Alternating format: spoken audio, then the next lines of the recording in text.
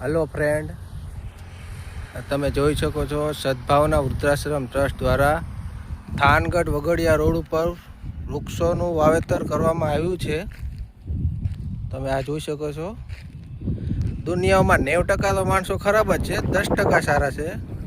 બરોબર, વૃક્ષો તો વાવી નથી શકતા, પણ જો આ વાવેલા છે એમાંથી પિંજરા કાઢી ગયા છે. તમે જોઈ શકો. આ 1, 2, આ 3 અને આ 4. તમે જ કમેન્ટમાં કહેજો આ માણસોને શું કરવું જોઈએ. સારું કામ તો નથી કરી શકતા, બરોબર છે, પણ આ કોક સારું કરે એમાંય પાણી ફેરવે છે.